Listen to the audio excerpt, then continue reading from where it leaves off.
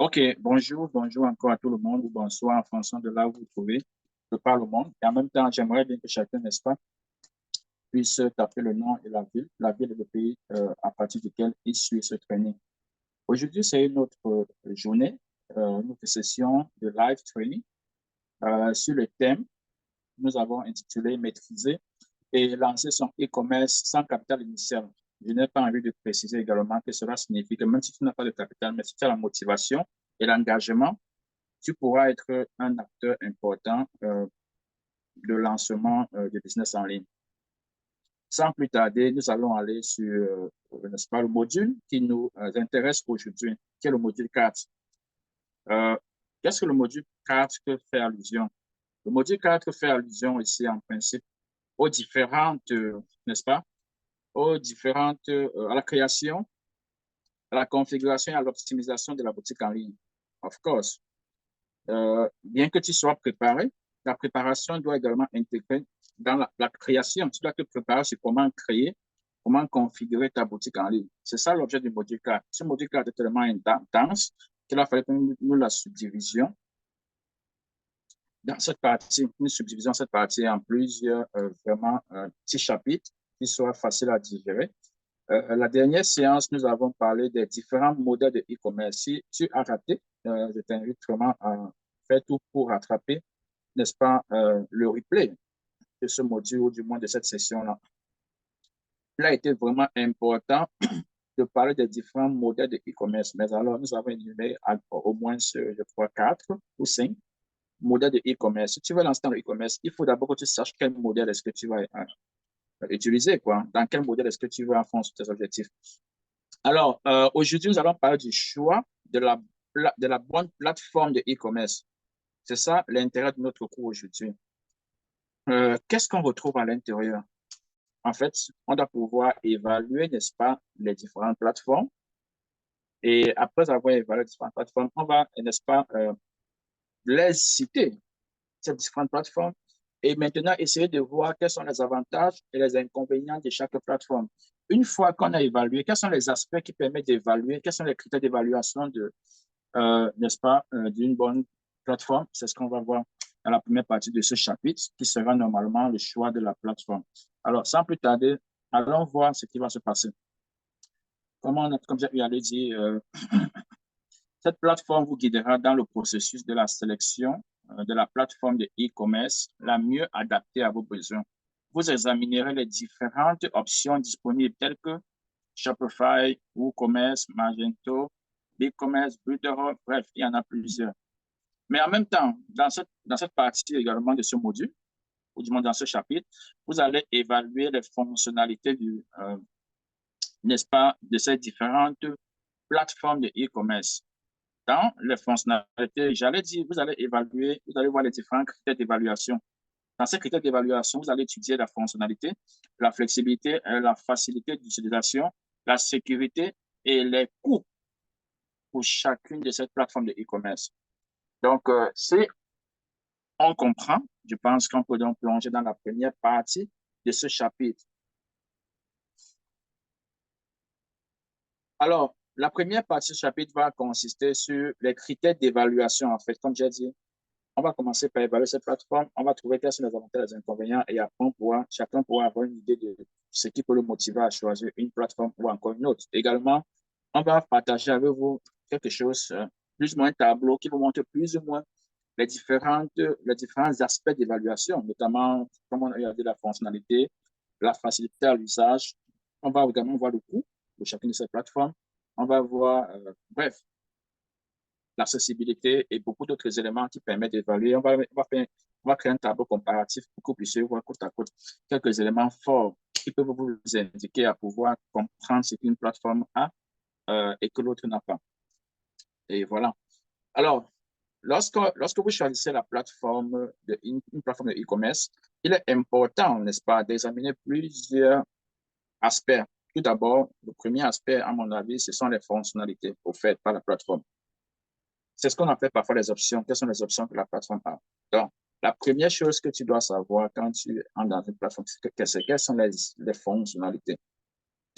Si tu ne connais pas les fonctionnalités, qu'importe le prix, ce n'est pas nécessaire.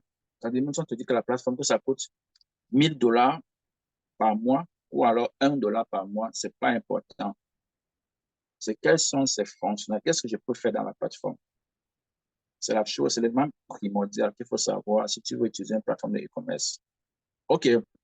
Chaque plateforme propose plusieurs différentes fonctionnalités pour la gestion des produits, les options de paiement, la gestion des commandes, le suivi des stocks et bien d'autres encore. Okay? Cela dit, assurez-vous que la plateforme que vous choisirez offre toutes les fonctionnalités dont vous...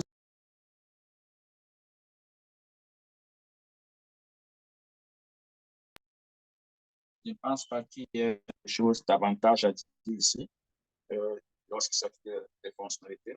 Rassurez-vous seulement que la plateforme que vous allez utiliser, n'est-ce pas, a le maximum. Ça peut ne pas avoir tout, parce que plus c'est plein, parfois plus ça va être coûteuse.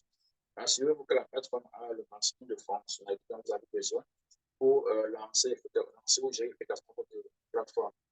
Ensuite, on a la flexibilité, c'est-à-dire la flexibilité de la plateforme est également un facteur clé. Vous devez prendre en compte la capacité de personnalisation de la plateforme pour répondre à vos besoins spécifiques. Et là, c'est très important. Surtout si vous êtes nouveau. Et même quand vous devenez expert, vous devenez très gros, très grand, vous avez besoin de tweaker, d'intégrer des choses dans votre plateforme. Il ne faut pas que vous ayez des limitations. OK? Donc, la flexibilité de la plateforme, c'est un élément dont il ne faut pas négliger lorsque vous pensez aux critères de choix. Et c'est même très important, la flexibilité. Alors, vous devez prendre en compte la capacité de personnalisation de la plateforme pour répondre à vos besoins spécifiques. C'est ce que je disais tantôt. Certaines plateformes offrent une flexibilité accrue en termes de conception et de fonctionnalité, ce qui vous permet de créer une boutique en ligne uniquement qui se démarque de la concurrence. Effectivement, plus vous avez la flexibilité, plus vous pouvez faire de votre e-commerce ce que vous voulez. Vous pouvez intégrer des options, n'est-ce pas? Ça, c'est la flexibilité pour intégrer des options que d'autres e-commerce n'intègrent pas. Et puis, ça peut créer un avantage pour vous. OK? Donc, c'est la flexibilité. Il faut que le e-commerce soit assez flexible pour vous de pouvoir, n'est-ce pas, supprimer ce que vous ne voulez pas ou encore intégrer, n'est-ce pas, ce que vous pensez que ça peut aider. Ensuite, qu'est-ce qu'on a? On a la sécurité. Bien entendu, la sécurité est primordiale dans le commerce électronique puisqu'on travaille en ligne. Assurez-vous que la plateforme que vous choisissez offre des mesures de sécurité solides pour protéger les informations de vos clients, telles que les données de paiement et les informations personnelles. Cela va sans dire. Vérifiez si la plateforme est conforme aux normes de sécurité en vigueur et si elle propose des fonctionnalités de sécurité avancées, telles que ce qu'on appelle le SSL.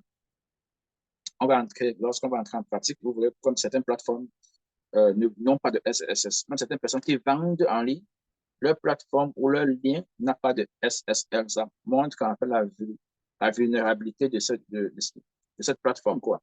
Ça montre que comment est-ce que les données bancaires et même les données personnelles d'une personne peuvent être hackées en ligne parce qu'il n'y a pas ce cryptage très avancé qu'on appelle SSL. Et certaines plateformes exigent même beaucoup plus, exigent un paiement supplémentaire pour que tu puisses intégrer cela dans ta boutique. Ces plateformes peuvent avoir, mais qui peuvent être, j'ai envie de dire, facultatifs selon l'utilisateur. S'il ne veut pas mettre, il n'achète pas, ne dépense pas de l'argent supplémentaire pour intégrer.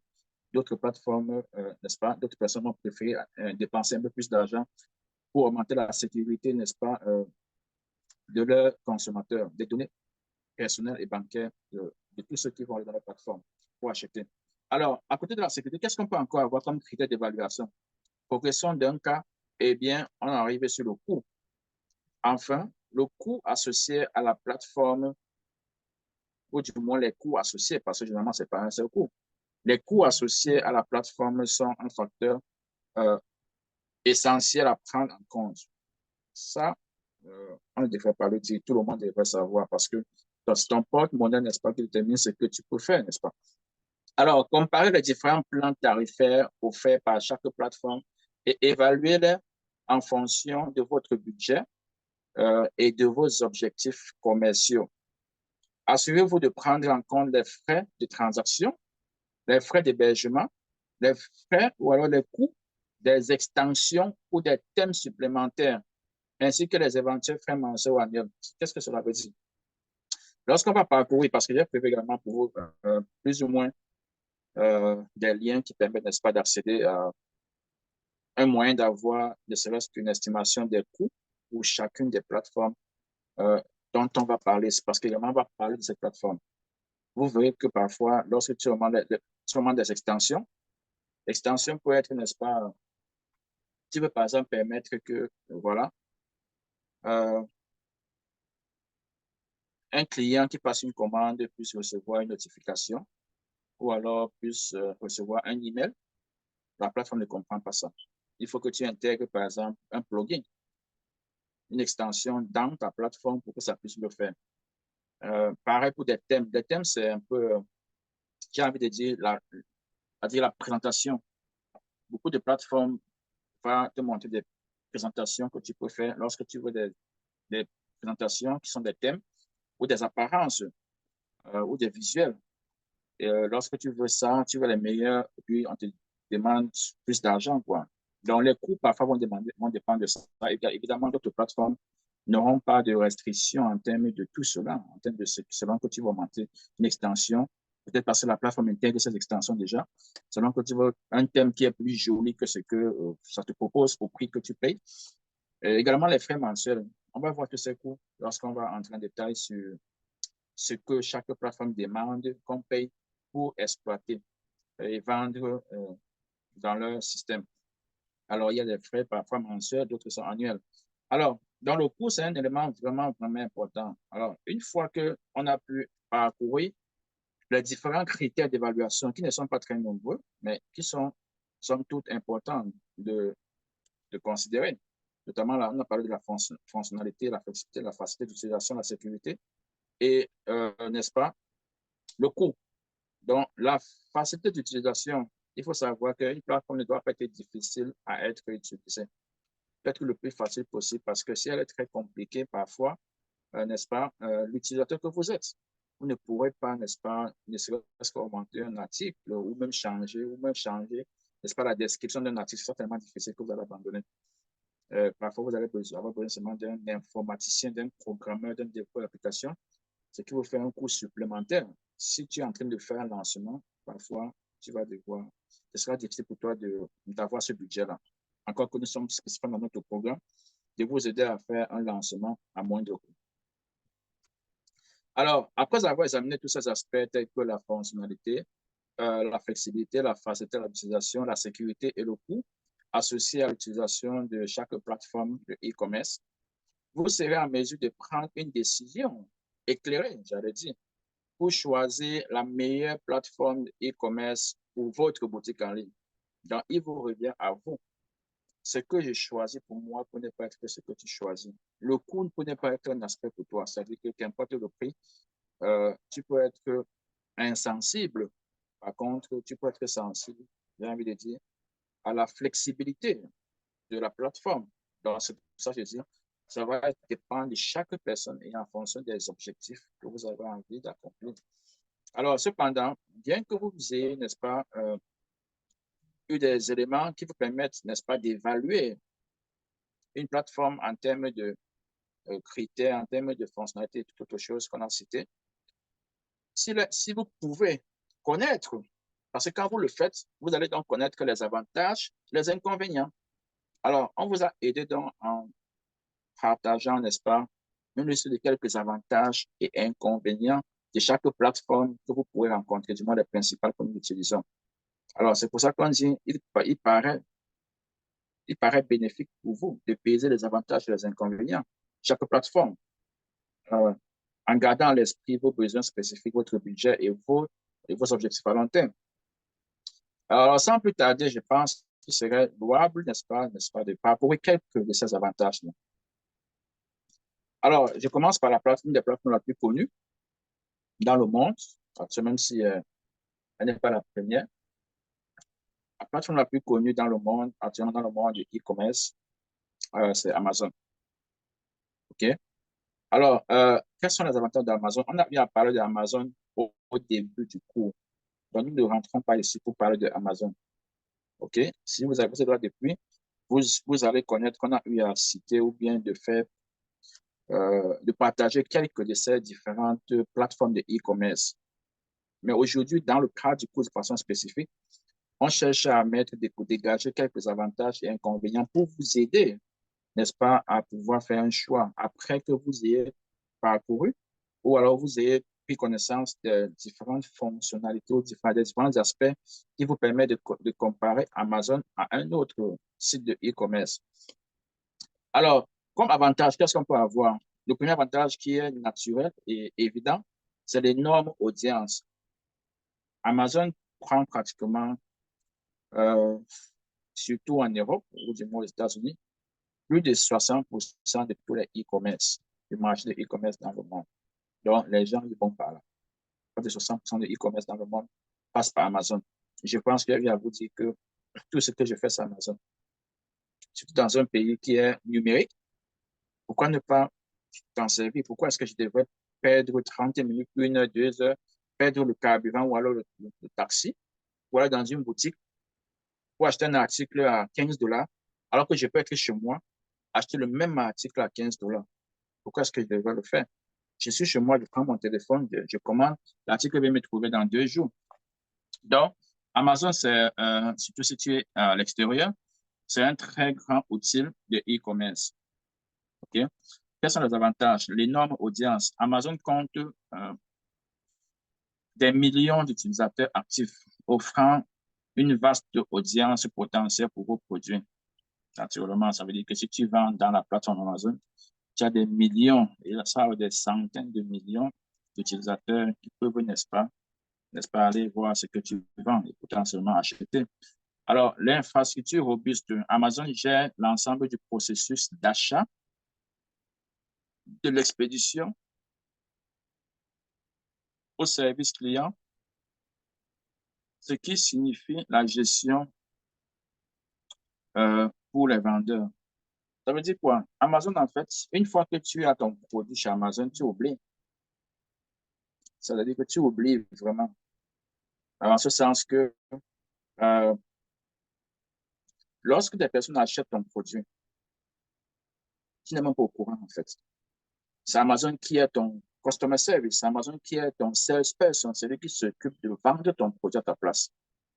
La personne qui achète ton produit ne te connaît même pas. Il ne te demande rien. Il achète tout simplement. C'est Amazon qui vend ton produit. Amazon qui se charge d'emballer ton produit. Quand il dit emballer pour le shipping, pas emballer le produit. Si tu vends, par exemple, j'ai envie de dire, une agrafeuse ou bien une souris, évidemment, tu dois mettre cette souris dans un petit carton avant de pouvoir mettre dans le magasin. Tu ne vas pas garder les souris comme ça. Quand il dit emballer, c'est le conditionnement pour la livraison. Amazon se charge de cela. Si c'était chez toi, tu devrais toi-même prendre cette souris qui est dans son carton de fabrication, mettre dans un carton maintenant pour pouvoir shipper, on a dit. Amazon qui s'occupe, n'est-ce pas, de ce qu'on appelle customer service. Si ton produit, tu as commandé, moi je suis un client, j'ai commandé, c'est pas un livre, un jean, une chaussure, ce n'est pas la pointure, c'est Amazon que j'appelle. Amazon qui livre et Amazon même aussi vous aide euh, dans ce que j'ai envie de dire, la préparation, n'est-ce pas, de ton article pour la vente. C'est-à-dire que tu peux fabriquer, dès que tu fabriques un article, tu envoies à Amazon, c'est fini. Il se charge de faire tout le reste. Il se charge même de rembourser le client si finalement l'article n'est pas bien. Donc, c'est l'infrastructure qui est robuste. Ils ont vraiment employé des millions de personnes au service des vendeurs. Alors, qu'est-ce qu'on a encore? Un programme Amazon, un avantage très important pour les utilisateurs et en même temps aide beaucoup de vendeurs à vendre beaucoup. C'est quoi? C'est le programme Amazon qui s'appelle Prime, Amazon Prime. Amazon Prime, c'est un programme spécial qui permet que lorsque toi, un client, tu achètes un produit, tu as 2 jours, parfois moins de 24 pour qu'on te lire. Peu importe là où tu te trouves, du moins aux États-Unis ou dans le monde, je n'ai pas encore testé, mais j'ai bien testé dans le monde, comme je vais dire aux États-Unis, au Canada, en France, en Europe, en Italie. dans d'autres pays, je n'ai pas encore testé, mais aux États-Unis spécifiquement, Amazon a un programme qui s'appelle Prime, qui est un programme que l'utilisateur doit souscrire, pas c'est $7 par mois, je me rappelle plus bien. Alors, en quoi ça aide toi, l'entrepreneur e-commerce? Ça t'aide parce que une fois que tu as une boutique, un client qui souscrit pour Prime, la personne qui achète ton produit, Amazon va livrer ton produit rapidement. Et la personne ne sera que satisfaite. Si la personne va acheter un de produits, la personne pourra chercher ce que toi tu vends parce que la personne peut voir la personne qui vend l'article. Donc, c'est un avantage qui permet notamment d'augmenter les ventes, en fait. Mais aussi, comme on dit, il n'y a pas de rose sans épée. Les frais Amazon sont élevés. Ça, il faut le dire. Amazon applique des frais de commission et de vente qui peuvent réduire les marges bénéficiaires des vendeurs. On va entrer n'est-ce pas, dans le site Amazon tout à l'heure pour voir une estimation, n'est-ce pas, de ces coûts, de ces différents frais qui peuvent réduire la marge bénéficiaire. Alors, il y a la concurrence qui est intense, on peut le dire, on peut l'affirmer, parce que une fois que je l'ai dit, si tu es aux États-Unis, qu'est-ce que tu vas faire? Directement, tu vas aller sur Amazon, n'est-ce pas? Donc, la concurrence peut être un peu intense sur Amazon. En raison de la popularité d'Amazon, la concurrence peut être féroce, rendant difficile la différenciation des produits. Yeah. Donc, again, on va parcourir, ou peut-être on l'a fait déjà, comment est-ce qu'on peut se démarquer? J'ai eu à partager comment est-ce qu'on peut se démarquer. Ton offre peut être différente d'une autre offre. Bien que ce soit le même produit, tu peux avoir une offre, n'est-ce pas, qui dépasse l'autre, qui peut se permettre de vendre. Il y a plusieurs façons de se démarquer, en fait, parce que tu vends sur Amazon ou en principe quand tu vends en ligne en général. Alors, donc voilà, comme ça, quelques éléments positifs et négatifs ou moins positifs. Parce qu'il faut, moi, si c'est les inconvénients que vous trouvez, il faut pouvoir trouver le moyen pour tirer votre épingle du jeu ou bien pour contourner ces inconvénients. On n'y est pas pour l'instant. On passe à la prochaine plateforme. Quelle est cette autre plateforme qu'on peut étudier? Je pense qu'on va parler de WooCommerce. Again, on a eu à parler de WooCommerce. Je ne vais pas entrer en détail pour dire ce que c'est que le WooCommerce. Si tu ne sais pas ce qu'est le WooCommerce, tu dois au moins savoir que c'est une plateforme de e-commerce. Son nom l'indique d'ailleurs. Dans les précédents cours, tu vois qu'on a fait une description de WooCommerce. Alors, l'avantage, c'est quoi? Étant une extension du WordPress, WooCommerce offre une grande flexibilité, n'est-ce pas, pour personnaliser votre boutique en ligne.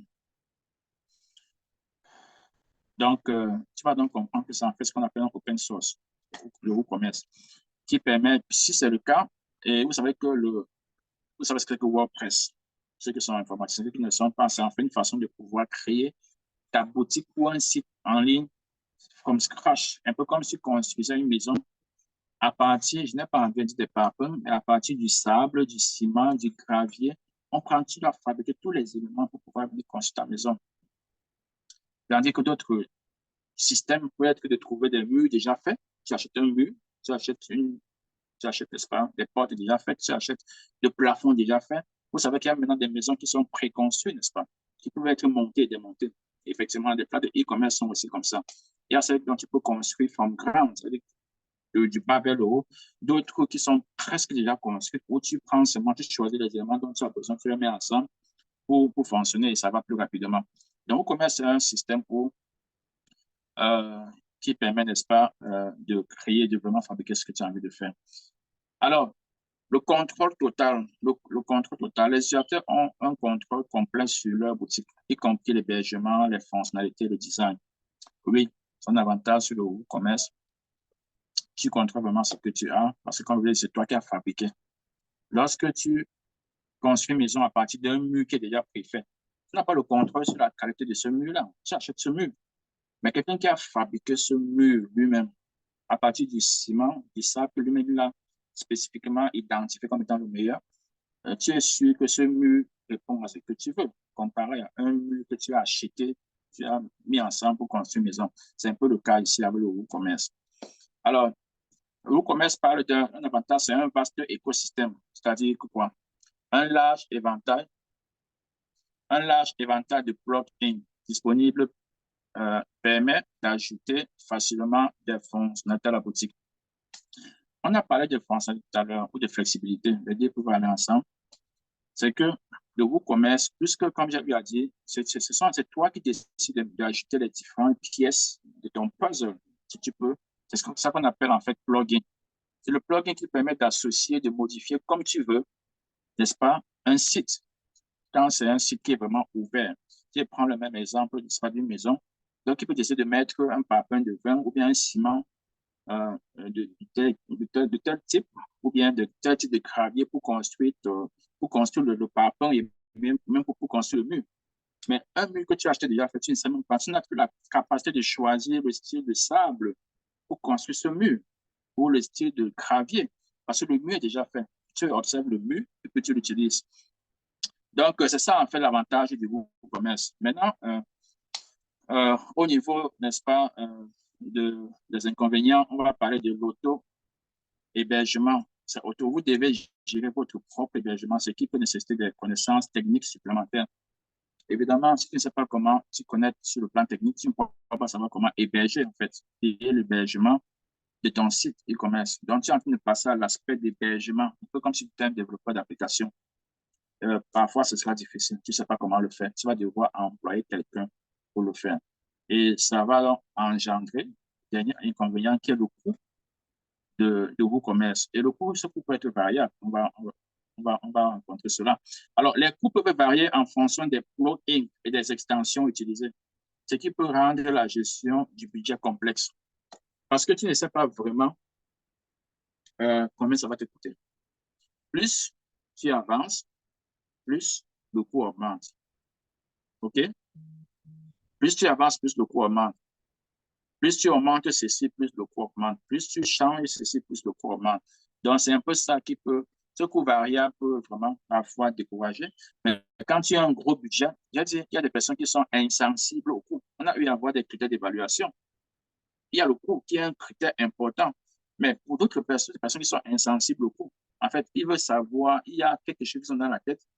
Du moment où ils parviennent à le réaliser, qu'importe le coût, ce n'est pas un problème parce qu'ils vont rattraper ce coût. Du moment où les fonctionnalités, les aspects, les options qu'ils veulent intégrer dans une plateforme, ils ont pu le faire. Ils sont insensibles au coût parce que ton prix d'achat va dépendre d'un coût de revient. Il va savoir combien ça lui revient. Ça va lui permettre de savoir comment est-ce qu'il peut price, comme on dit en anglais, il peut trouver le prix pour son article. Alors, qu'est-ce qu'on peut donc voir à côté d'Amazon et de WooCommerce? On a Magento. Magento, c'est quoi? Je n'ai pas envie d'en parler parce qu'on en a fait déjà, mais seulement je vais quand même vous donner quels sont les avantages. Par les avantages, peut-être vous comprendrez ce que c'est que Magento. Mais déjà, c'est une plateforme de e-commerce. Magento est capable de gérer des grandes boutiques en ligne avec une multitude de produits et de transactions. Il offre un haut niveau de personnalisation et de contrôle sur l'apparence et les fonctionnalités de la boutique. Vous verrez donc que ça ressemble beaucoup plus aussi au WooCommerce, dans le sens que tu as vraiment beaucoup de possibilités de pouvoir, n'est-ce pas, modeler ce que tu as envie de faire, même si ça va également engager, comme vous allez voir dans l'inconvénient, des coûts. OK? Comme inconvénient, qu'est-ce qu'on a? En raison de sa puissance, Magento est vraiment puissant. Magento peut être complexe à mettre en place et nécessite des compétences techniques avancées. Comme il y a dit, si je veux construire un mur, je veux construire, n'est-ce pas, une maison, et que je n'ai pas les capacités de pouvoir savoir quel est le meilleur gravier, je vais seulement aller acheter un mur. Je vais dire, voilà, je veux un mur qui peut me répondre qui peut me permettre de faire un R+4. On va me donner un mur qui est bien dosé. Le mur contient le sable, le gravier, les parpaings qui sont dans le mur. Donc, je n'aurai plus besoin de l'expertise de savoir examiner le meilleur sable, le meilleur gravier, le meilleur ciment. Je n'aurai pas besoin de faire ça. Ici, dans le cas Amazon, Magento, tu devrais avoir des compétences pour évaluer le sable normal qu'il faut. Tu devrais connaître quelle est la quantité même de gravier qu'il faut pour faire un parpaing. Tu n'as pas besoin de faire ça si tu as un mur qui est déjà fait. En fait, il te suffit de savoir quelle est la quantité. Tu veux savoir si le mur répond. Tu parles avec le vendeur. Est-ce que ce mur répond pour que je puisse construire un R+4? Il te dit oui, tu achètes. Tu n'as pas besoin de savoir comment est-ce qu'on a fait pour construire ce mur. Tu achètes, tu as besoin de 15 minutes de la dimension des murs, on te livre les murs, ça va. Tu les mets ensemble, tu déposes une dalle qui est en fait toujours un mur, et puis tu montes un niveau. Voilà comment tu construis ta maison. Alors ici, il y a une complexité. C'est tellement assez robuste, beaucoup de grandes entreprises vont s'en servir parce que les grandes entreprises vont recruter les gens. qui ont la technique avancée, permettant de travailler dans cette plateforme-là. Alors, comme j'ai dit, le coût est élevé.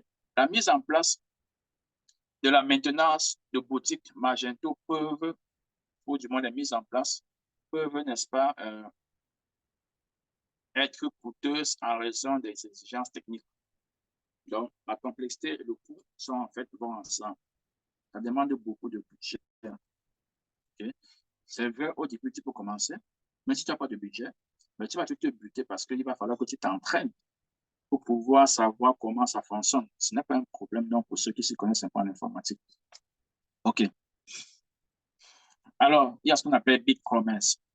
Big Commerce, quels sont les avantages et les inconvénients? Il y a la convivialité, c'est-à-dire Big Commerce est réputé pour sa facilité d'utilisation.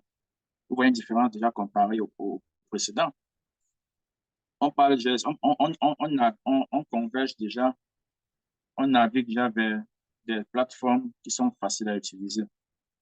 BigCommerce est réputé pour sa facilité d'utilisation, ce qui en fait une excellente option pour les débutants en commerce électronique. Cela va sans dire. L'avantage, c'est que l'hébergement est inclus. Tous les autres plateformes que vous avez vues là, c'est vous en fait qui devez pouvoir payer votre hébergement. C'est-à-dire hébergement uniquement. Ne dis pas que l'hébergement inclut telle fonction. Non, l'hébergement n'inclut pas une fonctionnalité. L'hébergement d'abord, avant maintenant que vous puissiez, n'est-ce pas, construire ce que vous voulez faire dessus.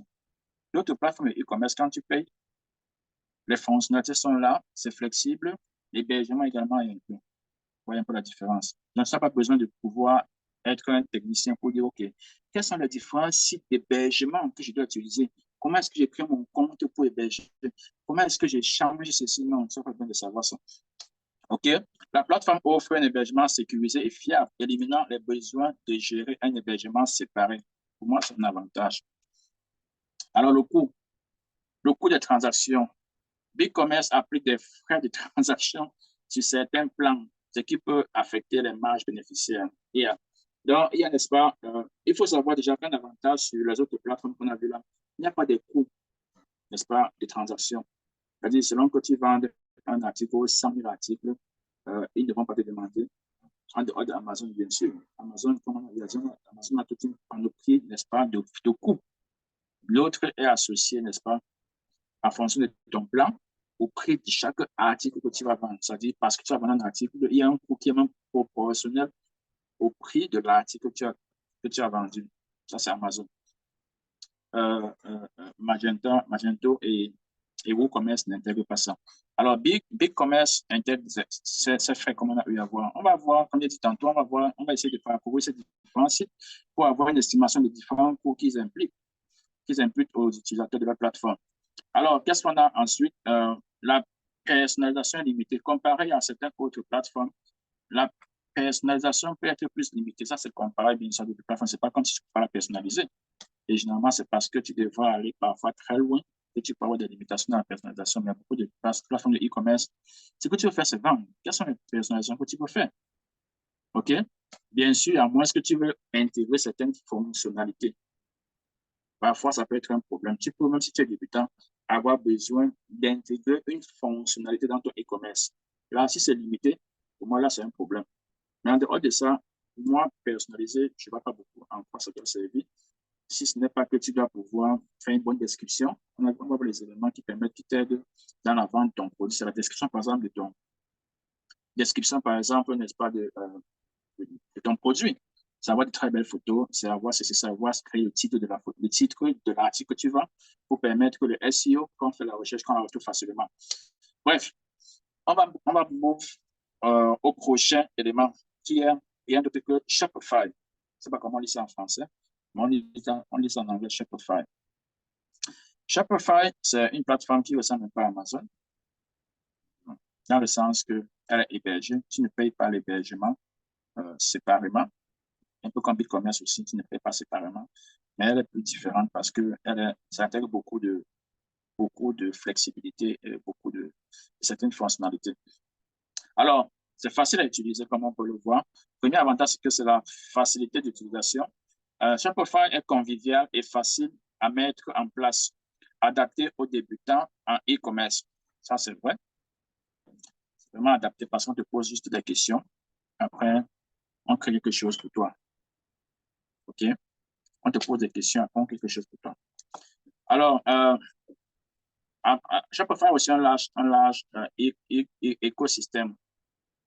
Il propose une multitude d'applications et de thèmes pour personnaliser votre boutique. Donc, Shopify, comme on a pu la voir, te permet, n'est-ce pas, de pouvoir améliorer tes thèmes. Thème, c'est à quoi la boutique va ressembler. Un peu comme si tu peux avoir plusieurs maisons qui ressemblent à plusieurs choses différentes, qui ont plusieurs apparences différentes. Shopify permet ça. Okay? Il propose une petite application, il intègre d'autres applications à l'intérieur pour vous aider, mais seulement en fonction du choix que tu fais, le prix va parfois être, comment on va voir comme inconvénient, le coût supplémentaire, comme j'étais en train de dire, le coût des applications tierces peuvent s'additionner affectant le budget global. Ça veut dire quoi? Ça veut dire qu'une fois que tu as Shopify, parfois tu as bien intégré, par exemple, une messagerie. Par exemple, quand un client achète, tu peux vouloir, n'est-ce pas, au fait, s'il a abandonné, par exemple, son chariot, tu peux, n'est-ce pas, commencer à mettre des choses dans ton chariot. Après, tu es distrait. Tu pars, tu ne finis pas. Ça va caler comme ça. Parfois, tu peux avoir besoin d'un système de messagerie, ce qu'on appelle euh, email marketing, qui te permet, n'est-ce pas, d'envoyer un message à ton potentiel client pour dire, hey, voilà, tu es en train de faire ceci, tu as oublié, qu'est-ce que tu veux? Ou encore, n'est-ce pas, des autres fonctionnalités qui permettent d'inciter, n'est-ce pas, à la vente. Parfois, c'est des applications tierces que tu vas intégrer. Quand tu le fais, ça augmente dans le prix ou alors le coût de revient de cette application-là pour toi. Maintenant, dépendance vis-à-vis de Shopify. Comme c'est une plateforme hébergée, vous êtes dépendant de Shopify pour la mise en jour de la maintenance. Bon, c'est pas si grave que ça. Donc, c'est une plateforme hébergée. Vous êtes dépendant de Shopify pour la mise à jour de la maintenance. Mais pour moi, pour la maintenance de votre boutique, OK? Or, qu'est-ce qu'on a dit également? Qu'est-ce qu'on a laissé? Après qu'on ait parcouru tout ceci, quelqu'un a une idée? Si vous avez eu à vous rappeler des différentes plateformes qu'on a eu à parcourir dans les précédentes éditions de notre training. Il y a une dernière dont on n'a pas cité, c'est Boudera. OK? Boudera, je ne vais pas entrer également en détail pour dire ce que c'est. Vous imaginez que nous sommes en train de parler de plateformes qui permettent, n'est-ce pas, de lancer votre boutique en ligne. Donc, c'est également une plateforme qui vous offre une possibilité de lancer votre business en ligne. C'est un tout en un. Comme vous voyez, c'est le seul pratiquement qui a comme premier avantage tout en un. On appelle ça all-in-one. Imaginez un peu un ordinateur all-in-one. Un ordinateur qui intègre bien sûr l'unité centrale et l'écran. C'est un peu ça. Mais ici, c'est vraiment important. Voilà ce qu'on dit. Builder offre une gamme complète d'outils de marketing et de commerce électronique dans un même système.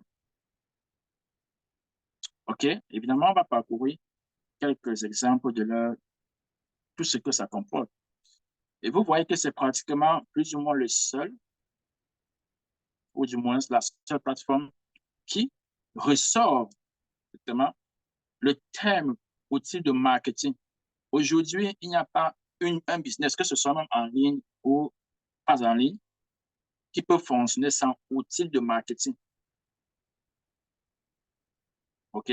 Donc, Builder intègre non seulement des outils qui permettent de lancer ton business en ligne, mais aussi des outils de marketing qui te permettent de vendre ton business, de te vendre, en fait. Ça, c'est le premier avantage. Le deuxième avantage, c'est la facilité d'utilisation. La plateforme est conçue pour être conviviale avec les fonctionnalités intuitives. Ça veut dire quoi? La plateforme, n'est-ce pas, est créée, permet que toi, tu puisses créer ta boutique sans être, par exemple, un technicien, sans avoir des efforts, des notions techniques, que ce soit en programmation ou même en informatique en général. Parce qu'on va t'accompagner à faire plus ou moins tout ce que tu as envie de faire. Ça ressemble beaucoup plus au système où j'ai dit, il y a des murs qui sont créés, tu choisis la couleur de ton mur en fonction de ce que tu veux faire. Tu dis non, le mur, s'il ne me plaît pas, donne-moi un mur spécifiquement qui peut me faire construire. Je veux seulement un mur qui puisse, n'est-ce pas, me faire construire une maison à un niveau ou une maison à 10 niveaux. Tu vas choisir le mur, mais seulement le prix ne va pas changer. OK? Le prix ne changera pas selon que tu choisisses un mur qui peut te faire 1+4 ou 1+5. Le mur ne changera pas. Le prix du mur ne changera pas. Tu dis, je veux, n'est-ce pas, une dalle qui est comme ça. Bref, ils font ce qu'on appelle drag and drop. Donc, tu construis une boutique comme un professionnel, en fait. Lorsqu'on retrouve ta boutique, tu dis que c'est toi qui l'as construit, personne ne croit. Parce que on ne peut pas savoir si on l'a construite dans le WooCommerce ou Magento, qui nécessite l'expertise de développement ou de création de sites web. C'est pour ça qu'on dit que c'est facile à utiliser. OK? Ça, son avantage. Maintenant, on a eu à dire que c'est un all-in-one, tout en un. Ça veut dire que quoi? En principe, ça veut dire que ça intègre toutes les applications qu'on a eu à voir dans d'autres plateformes. On a eu à dire que d'autres, quand tu veux intégrer des plugins, ça augmente le prix. Quand tu veux augmenter les extensions, ça augmente le prix. Ici, par contre, tout ce que tu as besoin va déjà exister. Tu n'auras pas besoin d'augmenter. C'est pour ça qu'on parle comme inconvénient, quelqu'un va trouver comme un inconvénient, la limitation d'intégration d'autres applications. OK? Parce que la plateforme est un tout en un, il est difficile d'intégrer d'autres applications nécessaires dans l'obtention du système. Le concepteur de cette plateforme n'a pas voulu, ou du moins n'a pas voulu inonder sa plateforme seulement avec des applications d'autres personnes. Alors, il les a créées dans sa propre plateforme. C'est pour ça qu'il limite, en fait, c'est pas que c'est impossible. Il limite le nombre d'applications que tu puisses intégrer. Pourquoi, en fait? Parce que il y a des possibilités que ce que tu veux mettre existe déjà. Pourquoi est-ce que je vais intégrer une application qui me permet, n'est-ce pas, d'envoyer des messages à mes différents clients? Une application externe. Alors que j'ai déjà créé une application dans ma plateforme qui ne permet pas que mon utilisateur paye plus. Pourquoi je vais permettre qu'on puisse avoir une autre plateforme qui permet d'envoyer les messages et que ça coûte à l'utilisateur, je sais pas, 25 $, 30 $, 40 $ supplémentaires par mois. Voilà pourquoi ils sont limités. Mais ce n'est pas comme si tu ne peux pas le faire. En principe, tu n'auras pas besoin de le faire. Mais ce n'est pas une limitation parce que toutes les plateformes de façon naturelle, tu intègres tout ce que tu veux. Mais ici, ils ont limité le nombre parce qu'ils ne veulent pas faire concurrence avec leurs propres applications. Ils ne veulent pas qu'ils aient une application, par exemple, qui peut envoyer des SMS, mais que tu veux encore faire un plugin de SMS dans sa plateforme. Par exemple, cette plateforme peut te permettre d'envoyer un SMS à un client en fonction, n'est-ce pas, de l'échange que le client, que l'utilisateur a dans la plateforme. Tu peux recevoir un SMS, même un WhatsApp, message WhatsApp, pour te rappeler, par exemple, je sais pas, d'un achat ou encore d'un rendez-vous que tu as posé que tu n'as pas honoré. Alors, parce qu'il y a beaucoup d'applications, il peut avoir la difficulté à maîtriser toutes les applications. OK? Il peut être difficile de maîtriser toutes les applications intégrées dans le système, dans la plateforme. Cela va sans dire parce qu'il y a beaucoup de choses dedans. Quand on va y arriver, vous verrez qu'il y a presque tout. C'est un tout. En fait, quand tu y es, tu n'as plus besoin d'autre chose. Maintenant, maîtriser tout cela peut être difficile. Évidemment. Évidemment qu'on a mis ça en fonction de là où tu te trouves dans, n'est-ce pas, dans ton business, à quelle étape tu te trouves. Selon que tu es débutant ou tu es au milieu, ou bien tu as atteint le niveau, tu es en train, n'est-ce pas, de pouvoir créer plusieurs filiales, plusieurs locations, plusieurs emplacements. Tu peux, n'est-ce pas, de façon progressive, avoir besoin d'autres applications. Ce n'est pas comme si tu vas pouvoir maîtriser tout ça en un seul nom. Tu ne pourras pas, en fait, tu n'auras même pas besoin. Tu auras besoin des applications dont tu as besoin. Tu as besoin de maîtriser les applications dont tu as besoin pour lancer ton business au moment où tu te trouves. Maintenant, ça peut te poser la question, oh, quand je lance le business, j'aimerais ceci. Et puis tu retrouves ce dont tu aimerais avoir, tu l'intègres dans ton business, dans ta boutique. Tu dis encore, j'aimerais ceci. Tu ne pars pas chercher à maîtriser tout à la fois. OK? Donc, ça, l'inconvénient, c'est ça, difficile de mettre tout ça en une seule fois parce que c'est pas, ce sera difficile pour toi. Tu vas être embrouillé. Donc, tu crées ta boutique. Maintenant, tu te dis, OK, ma boutique, j'aimerais que ça, ma boutique ait telle fonctionnalité. Où est-ce qu'on la retrouve? OK, on la retrouve.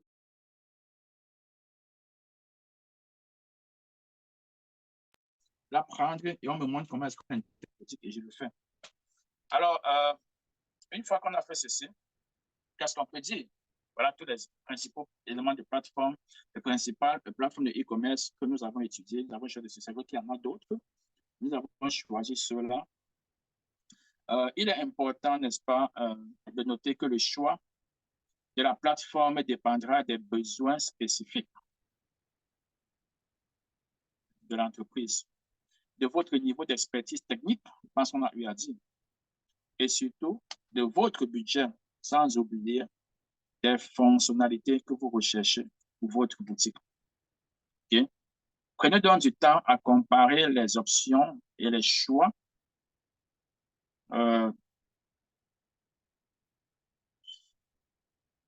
que ceux-ci offrent et qui vous permettra, n'est-ce pas, de mieux gérer votre plateforme dans le sens du respect de vos objectifs commerciaux. Voilà donc pour cette partie sur le choix de la bonne plateforme. Vous disposez maintenant des informations nécessaires pour évaluer les différentes options disponibles et sélectionner celle qui correspond le mieux à vos besoins. Je pense qu'on a atteint notre objectif aujourd'hui. Qu'est-ce qu'il faut faire? Dans la prochaine partie de ce module, nous allons aborder maintenant la conception de la boutique en ligne, attractive et conviviale. Je ne sais pas s'il y a une question, mais avant que vous me posiez la question, j'aimerais partager avec vous dans l'espace que j'ai appelé un plus ou moins tableau qui récapitule les critères d'évaluation d'une plateforme e-commerce. Feature, vous allez voir, ça veut dire c'est plus ou moins les fonctionnalités. On va donc voir, il y a Shopify, il y a WooCommerce, il y a Magenta, il y a BigCommerce, il y a Builderall. Bien sûr, je vais partager ça avec vous.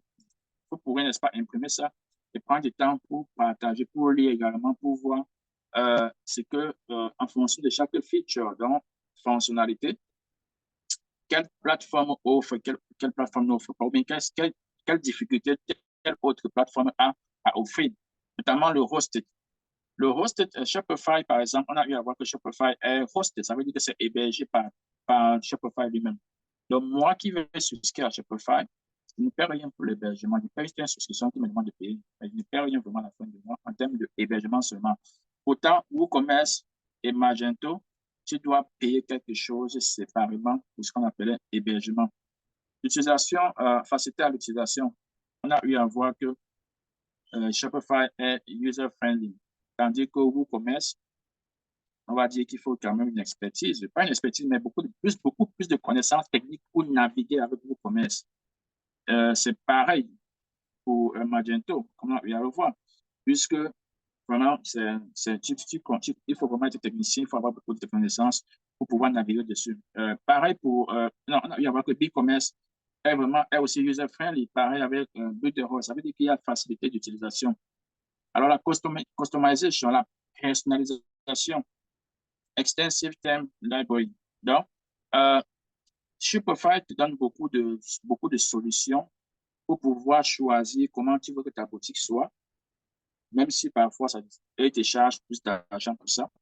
Il y a maintenant WooCommerce et Magento, c'est highly customizable. Ça veut dire que tu peux vraiment customize, tu peux vraiment personnaliser comme tu peux. Si vous prenez vraiment l'exemple de construire une maison à partir du choix même du sable, du gravier, n'importe quoi, c'est pareil ici. C'est toi-même qui mets tous les éléments ensemble pour pouvoir faire ce que tu veux. C'est facilement, tu peux vraiment personnaliser ce que tu veux. C'est-à-dire que de la plus petite, du plus petit élément à l'élément le plus grand, tu peux le faire. Pareil pour Magento. Tous les autres, c'est beaucoup plus en termes de thème. Donc, dans le thème, c'est l'apparence, à quoi ça ressemble. Dans le thème, ça ressemble beaucoup plus à ce que j'ai appelé construire une maison à partir des murs qui sont déjà préfaits, à partir des poteaux qui sont déjà coulés. Tu vas seulement le mettre et le placer, coller ton mur dessus, à partir des fondations, des plafonds, des dalles qui sont déjà faites. comparé à d'autres techniques qui consistent, c'est comme tu choisis le fer que tu vas faire je veux dire, ta table avec, tu choisis le type de ciment, le type de gravier, le type de sable, ainsi de suite. Donc, WooCommerce et Magento, c'est vraiment, tu peux la personnalisation est la plus euh, adaptée possible. Et plus, l'extension est plus grande, quoi. Mais également, c'est accompagné avec la technique, la technicité nécessaire pour pouvoir le faire à toi-même, ce qui va parfois rendre difficile les choses pour les débutants. C'est pour ça qu'on va pouvoir, tu dois choisir d'autres options qui limitent, c'est-à-dire que limite l'intervention d'un technicien dans ta plateforme. Si tu veux réduire les coûts, bien sûr. Alors, il y a App Marketplace. Bon, on ne va pas parcourir tout ça. Parce qu'on va Payment Gateway Scalability, ça veut dire que tu peux, c'est-à-dire que au manque de ta boutique, quoi. Tu peux monter ta boutique sans avoir un problème. SEO Capability, Security, Support, Pricing.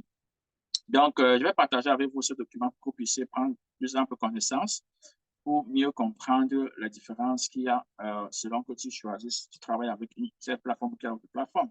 Maintenant, la dernière chose qu'il y a de partager avec vous, ce n'est pas, c'est quoi? C'est les différents prix. Ça, c'est un élément important. Les différents prix associés à chaque plateforme.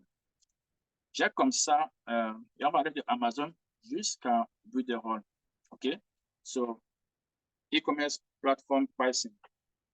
C'est votre scène. Si vous avez des questions avant qu'on passe au prix, bien vous voulez, n'est-ce pas, qu'on passe au prix directement. Est-ce que vous avez une question jusqu'ici? Parce que là, vous pourrez voir combien ça coûtera exactement, plus une estimation plus rapprochée. Amazon ou sur WooCommerce ou Magento ou, n'est-ce pas, e-commerce, Shopify ou Builderall. Alors, s'il n'y a pas une question pour l'instant, je vais donc tout simplement cliquer sur ça. Évidemment, je vais partager avec vous. Si vous êtes inscrit dans le groupe, vous aurez accès à ceci. Alors, Amazon, je suis allé directement dans ce que vous appelez Selling Plan. Amazon a des plans qui commencent par le plan d'abord, c'est-à-dire qu'avant que tu ne commences, même tu choisis ton plan. Ils ont un plan qui est individuel, qui est de 99 $, 99 cents par article que tu vends, qui te charge. Ou alors un plan qui est professionnel où il te facture 40 $, c'est-à-dire que 39,99 par mois. Ça, c'est un plan, c'est-à-dire que ça, c'est une partie du coût. Ce n'est pas comme si c'est le seul prix que tu payes sur Amazon. OK? Donc, si on est dans la partie, tu progresses, n'est-ce pas, dans d'autres prix. Il y a ce qu'on appelle, ils ont ce qu'on appelle referral fee percentage, c'est-à-dire que en fonction de ce que tu vends, il y a un pourcentage qu'on va te facturer que tu vas payer. Le referral, c'est parce qu'eux, ils te proposent, n'est-ce pas, aux gens qui ont besoin de ton produit. Toi, comme il a dit, tu mets ta boutique, tu en vas. Quand quelqu'un achète, c'est Amazon qui sait que telle personne a besoin d'un artiste. C'est Amazon qui va te référer chez la personne achète. Bien sûr, ils vont te facturer un montant qui est le minimum, c'est 30 cents par vente, quoi, comme vous allez voir ici à droite. Et en fonction de l'article, catégorie, en fonction de l'article, le pourcentage peut varier aussi, comme vous pouvez voir. À côté de ça, Amazon vous propose ce qu'on appelle fulfillment fee. Fulfillment fee, c'est parce que Amazon qui s'occupe, n'est-ce pas, j'allais dire, d'emballer ton produit et de le délivrer chez le client consommateur final. C'est ça qu'ils appellent fulfillment. Il s'occupe de faire le fulfillment pour toi. Il y a un coût pour ça, bien sûr, qui va de 3 $, qui va de 4 $, ainsi de suite, en fonction, n'est-ce pas, de la dimension de ton paquet, comment est-ce que c'est grand, comment ça pèse. Après, dans ce qu'ils appellent, n'est-ce pas, quelle autre fee est-ce qu'Amazon? Il y a le storage fee, évidemment. Amazon store tes marchandises. Évidemment, ce n'est pas gratuit. Il y a un storage fee qui vont te facturer en fonction, n'est-ce pas, toujours du cube. Tu vas voir seulement, on met ici, cube foot. Ça, c'est un peu comme le plan de mètre carré. Donc, voilà. Et même en fonction des périodes, le coût est différent. Entre janvier et septembre, le coût est différent selon qu'entre octobre et décembre. Parce qu'en octobre et décembre, beaucoup de personnes, en fait, vendent les choses. Donc, le coût, vous allez voir, c'est 2,40 $ par mètre cube. Alors qu'entre janvier et septembre, c'est seulement 87 $. Donc, si tu as un marchandise dû dans la boutique d'Amazon de octobre à décembre, tu payes plus par mètre cube que si ça dure de janvier à septembre. Et quand c'est très grand, on voit ça, c'est qu'il y a des dimensions où quand c'est très grand, il te facture un peu plus. Donc, voilà un peu. Il y a autre coût. Il y a ce qu'on appelle inventory cost. Il y a ce qu'on appelle, quand ils vendent le livre, il y a d'autres coûts. Bref, Amazon a toute une infinité de coûts. Ce qu'il faut retenir sur Amazon, c'est qu'en fonction, en général, parce que j'ai l'habitude sur Amazon depuis au moins 2019, en général, Amazon vous facture environ 60% comme étant coût. C'est-à-dire que si tu vends un article à 100 francs sur Amazon, ta marge bénéficiaire ne peut pas dépasser quelque chose comme 30%. C'est environ 30% de marge bénéficiaire. C'est-à-dire qu'Amazon vous facture environ 50% du prix que Amazon t'a vendu, le prix que tu as vendu l'article avec. En général, vraiment 30 à 40% rentrent chez Amazon. OK? Mais seulement, ce n'est pas un problème chez d'autres personnes parce que Amazon, tu maximises sur la quantité, pas sur le bénéfice sur un article. OK? Tu maximises sur la quantité. Tu peux vendre un article à 12 dollars sur Amazon, à 15 dollars, mais tu n'as que 3 dollars en fait de bénéfice, de marge. Tu peux vendre un article à 50 dollars sur Amazon, mais ta marge, si tu veux retirer le prix d'achat de la marchandise et retirer toutes les marges qu'Amazon te prend, parfois, parfois le coût qu'Amazon charge est presque le même montant que le prix de ta marchandise que tu as acheté. Ça veut dire que tu vends une marchandise à 100 francs, à 100 dollars. Ton coût d'achat de la marchandise, c'est peut-être seulement 35 dollars. Ton coût d'achat, c'est peut-être 35 dollars. Amazon, ses coûts généraux montent aussi presque à 35 dollars. Quand tu additionnes, ça fait 70 dollars. Donc, il te reste 40 dollars de marge. Donc, Amazon a un prix parfois, leurs coûts vraiment parfois sont élevés, mais ce n'est pas un problème quand tu mises sur la quantité. Amazon, tu mises beaucoup plus sur la quantité. Et aussi que leur coût, qu'on peut dire que c'est respecté parce que tu n'emploies pas quelqu'un pour poser à tes clients. Tu n'emploies pas quelqu'un pour pouvoir proposer tes clients à ceux qui achètent. Tu n'emploies personne pour pouvoir appeler, pour demander comment est-ce qu'on utilise ou pour demander pourquoi est-ce que ton article n'est pas encore rentré. Amazon s'occupe de tout ça. Donc, voilà pourquoi ils ont des frais qui sont un peu élevés. Alors, à côté d'Amazon, qu'est-ce que nous avons? Nous avons, n'est-ce pas, WooCommerce. On a parlé de WooCommerce. Alors, voyons quelques prix qui peuvent être associés au WooCommerce. Dans WooCommerce, l'un des prix, c'est déjà, on a eu à dire how many sites are on your server, c'est l'hébergement. Parce qu'on a eu à voir que WooCommerce, c'est toi qui héberges ton site. C'est un coût extérieur qui n'a rien à voir avec les fonctionnalités de ce que tu veux dans ta boutique. L'hébergement, d'abord, tu dois pouvoir s'occuper de toi seul. Tu dois pouvoir, n'est-ce pas, sécurité, si tu veux un bon customer service, tu vas payer un peu plus. Il y a la sécurité, ce qu'on appelle SSL. Tu vas parfois payer un peu plus pour l'avoir. Bref, je vais comme ça vous présenter les différents coûts en général pour ne pas entrer dans trop de détails. C'est qu'il y a un prix, ce qu'on appelle le hosting. Le hosting qui est le coût d'hébergement qui peut aller jusqu'à 120 dollars par an. Il y a le domaine que tu vas payer pour enregistrer. À côté de ça, il y a ce qu'on appelle les thèmes. Les thèmes peuvent aller jusqu'à 100 dollars. Les thèmes, c'est ce que tu intègres dans ton site pour avoir une belle apparence. Ils ont des filles qui vont appeler le shipping cost. Ils vont te charger pour que tu puisses intégrer le shipping cost dans ton application, en fait. On ne dit pas, c'est-à-dire que pour intégrer l'option de pouvoir permettre que le client puisse choisir, mettre son nom, sa ville, pour que ça lui dise combien il faut payer comme shipping, comme frais de transport. En fait, c'est quelque chose que tu dois intégrer dans ton site. Ce n'est pas tous les sites qui vont te dire, si tu ne sais pas intégrer ton site, quelqu'un va acheter, il n'y aura pas moyen pour qu'il puisse mettre ces informations pour pouvoir dire combien ça va lui coûter, le prix de transport. Alors, le shipping cost, c'est un élément. Il y a ce qu'on appelle Payment Gateway, pouvoir intégrer la possibilité qu'une personne utilise une carte et tout ça, ça a un coût. Il y a, n'est-ce pas, il y a le SEO pour que tu puisses intégrer les fonctionnalités de SEO, les fonctionnalités de communication pour avec tes clients. Ça part jusqu'à 343 dollars. Bref, il y a toute une panoplie de coûts qui peuvent être intégrés dans le WooCommerce si tu as envie de créer ta boutique sur le WooCommerce.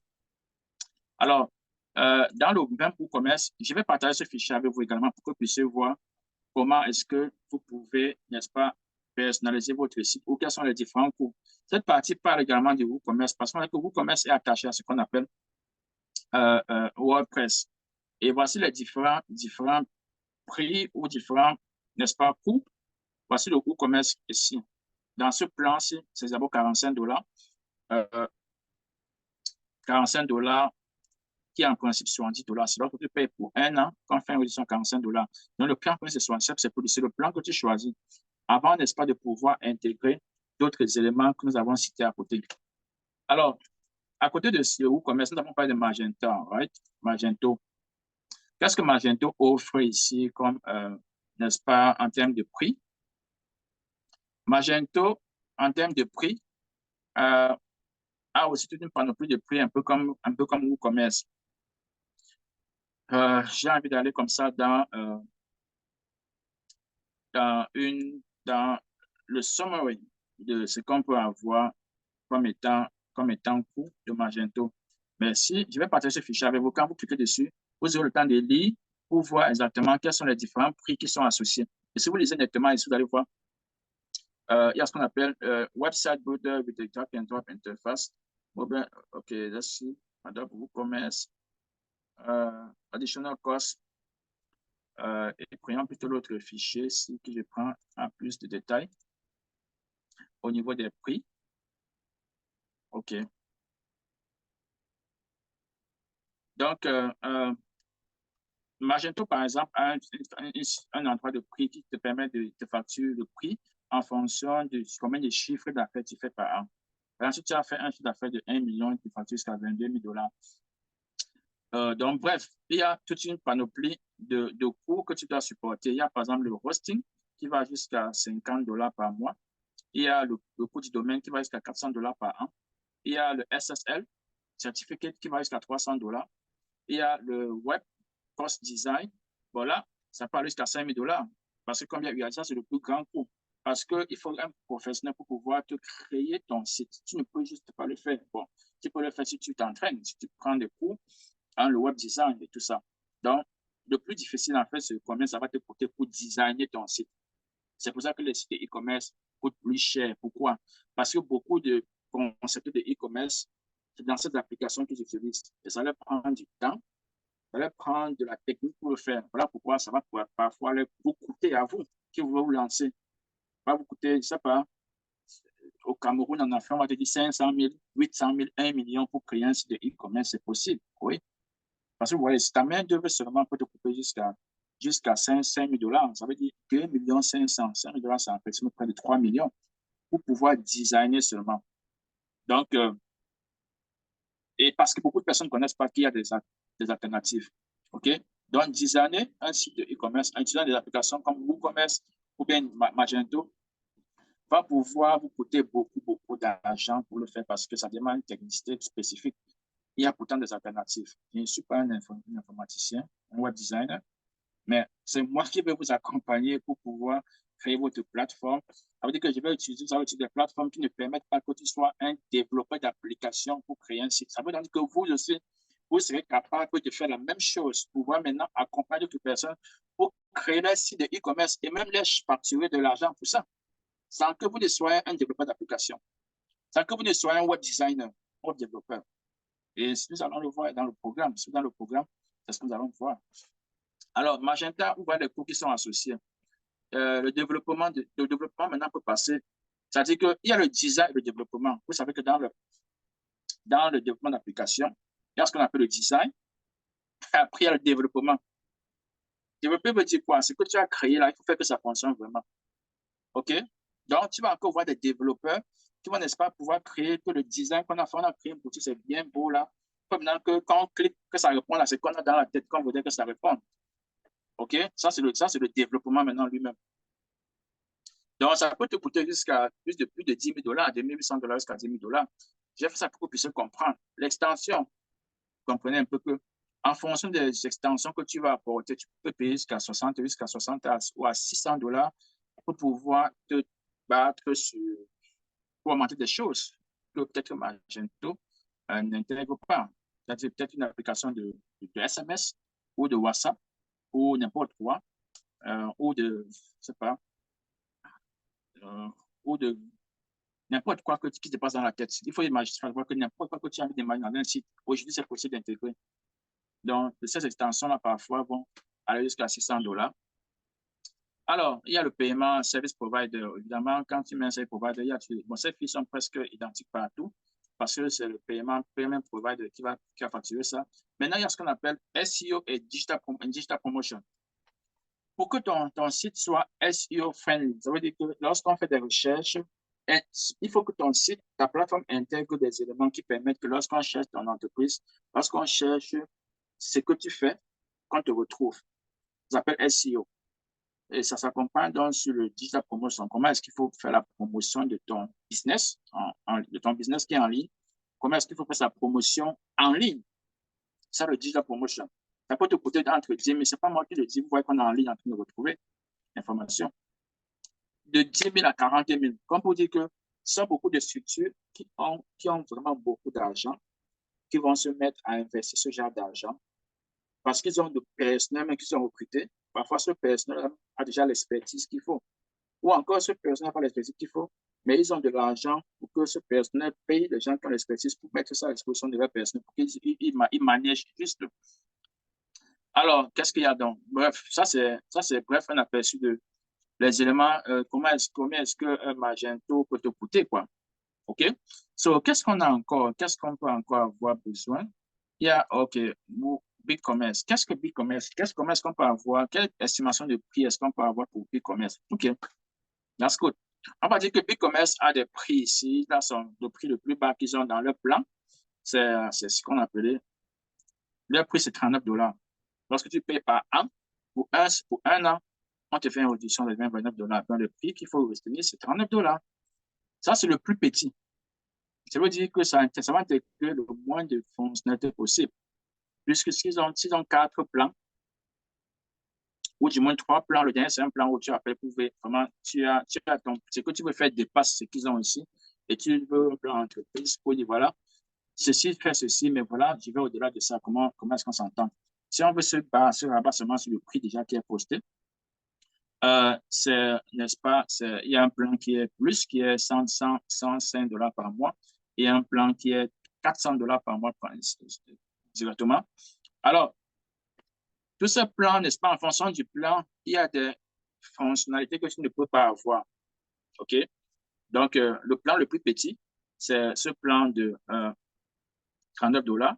Le plan le plus élevé, c'est le plan de $400 qui, n'est-ce pas, te permet d'avoir le maximum de choses possibles. Même si, en termes de fonctionnalités, c'est quand même limité comparé à d'autres plateformes, notamment Shopify et Readerall. Parce que ici, tu veux faire beaucoup de choses que tu veux faire, tu devras toujours passer par des applications extérieures pour les intégrer ici, pour pouvoir faire ce que tu as envie de faire. Alors, on arrive donc presque à la fin dans Shopify. Shopify, donc, elle a vraiment évolué. Avant, c'était, n'est-ce pas, très, très limité en termes de ce que tu pouvais faire. C'est-à-dire que selon chaque fois que tu augmentais un élément, wow, ils ont fait l'effort pour épouser les mêmes prix que BigCommerce. Si vous regardez le prix, $400. OK? $400 par mois. Ils ont fait l'effort pour se rapprocher de BigCommerce. Donc, ce qu'il faut savoir ici, c'est que chaque fois que tu vois des plans comme ça, il y a beaucoup de limitations dans ce que tu peux faire dans les premiers plans.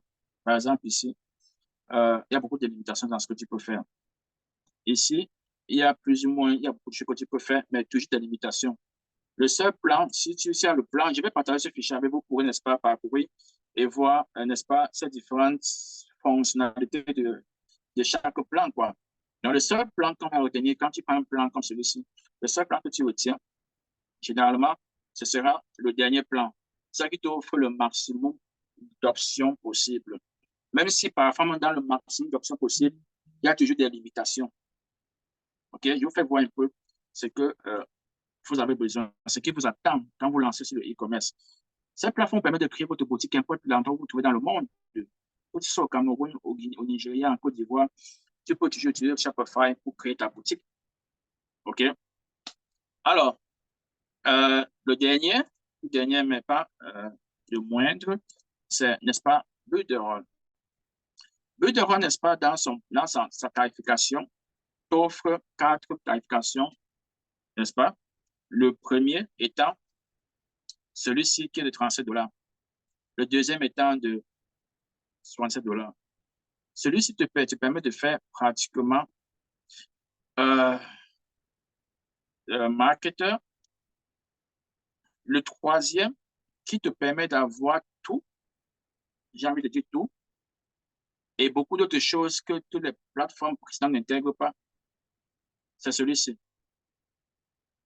OK? Et comment est-ce que tu vas faire pour savoir?